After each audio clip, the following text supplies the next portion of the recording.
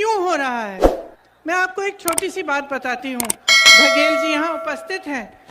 2 दिन पहले बघेल जी बता रहे थे कि उत्तर प्रदेश के कुछ व्यापारियों से, उद्योगपतियों से उनकी चर्चा चल रही थी।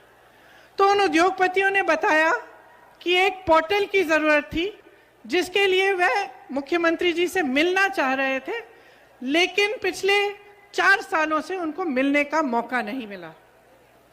तो बघेल जी से मैं बात कर रही थी कि ऐसा कैसे हो सकता है कि 4 सालों से कोई अपनी समस्या को लेकर भटक रहा है।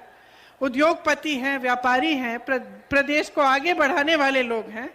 कैसे हो सकता है कि मुख्यमंत्री जी इनके लिए समय नहीं बना रहे हैं? तो बघेल जी ने मुझे एक बात कही जो मेरे मन में रही।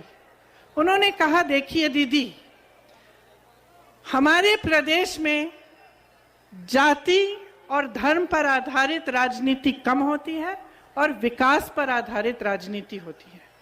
उत्तर प्रदेश में सांप्रदायिकता पर आधारित राजनीति और जातिवाद पर आधारित राजनीति इतनी भयानक है कि मुख्यमंत्री भी जानता है कि लोगों की समस्याओं का हल करने के बजाय चुनाव के समय आएगा, धर्म की बात करेगा, जाति की बात करेगा, चुनाव जीत के निकल जाएंगे और उनको कोई जवाबदेही ही नहीं रहेगी।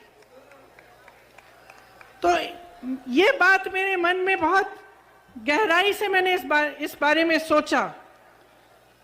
ये बात सही है। जब तक पब्लिक जवाबदेही नहीं मांगेगी अपनी नेताओं से, तब तक ये सिलसिला चलता रहेगा।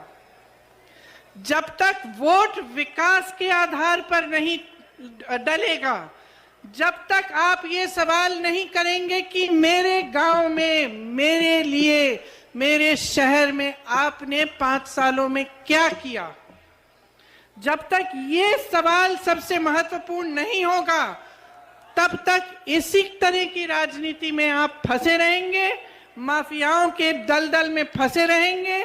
मुझे आश्चर्य हुआ, मैं जब यूपी आई, जमीन की माफिया, नदी की माफिया, बालू की माफिया, पढ़ाई की माफिया, इम्तिहानों की माफिया, जहां देखो माफिया ही माफिया। मुझे तो आश्चर्य है कि सांस पे कोई माफिया नहीं है कि आप सांस ले रहे हैं और आपसे हफ्ता लिया जाए। ये